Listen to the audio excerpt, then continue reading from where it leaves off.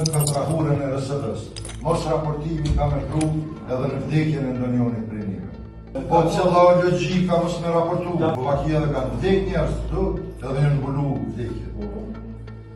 Edhe unë kom qenë veç pak i pafat, që tani vdekja e pacientit në mandatin tënë ka qenë me tërë, i ka dorë dymi, asoj që keni mbulu ju me tërë.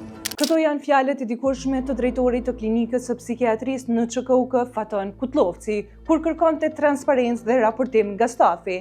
Sot ai vetë është në qendër të akuzave pikërisht për këtë çështye. Një kallëzim penal është dorëzuar në mars me dyshime të rënda dhe mjaft shqetësuese.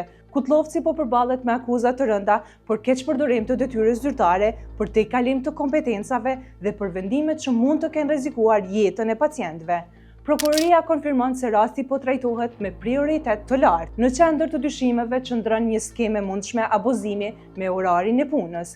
Sipas kallëzimit, Kutlovci dyshohet se ka punuar në klinikën e tij private Shëndetim, pikërisht në kohën kur duhej të ishte kujdestar 24 orësh në ÇKUK.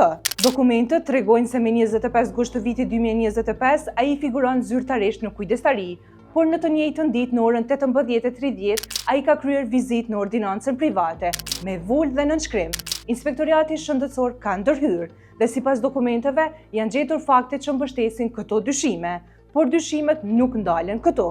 Sipas kallëzimit, drejtori ka përfituar rreth 7.200 euro nga kujdestarit duke realizuar më pak se 12 vizita në një vit. Ndërkohë, kolegët e tij kanë kryer rreth 269 vizita secili për të njëjtën pagesë. Në total, përfitimi i mundshëm i paligjshëm gjatë mandatit arrin deri në 28.800 euro. Në kallëzim përmendën edhe raste të rënda trajtimit të pacientëve. Sipas kallëzimit, pretendohet se një paciente është lidhur për shtrati për orë të tëra, pa mbikëqyrje. Dyshohet se trajtimi i pandërgjetshëm ka sjellë pasoja fizike dhe psikologjike për pacientën, por kjo nuk është e gjitha. Në kallëzim përmendet edhe një rast tjetër, ku një paciente kishte kryer vetvrasje pas trajtimit në klinikë. Ngritën dyshime serioze për përgjegjësi dhe për përpjekje për të shmangur fajin. Të gjitha këto akuza janë mohuar nga drejtori i klinikës, duke refuzuar të ballafaqohet drejt për drejt me pyetjet e insajderit. Për këtë shkelje ai është përgjigjur përmes emailit duke thënë se pretendimet janë shpifje dhe të pavërteta. Lidhur me këtë shkelje janë në dieni edhe SHKUK, oda e mjekëve dhe organet e drejtësisë.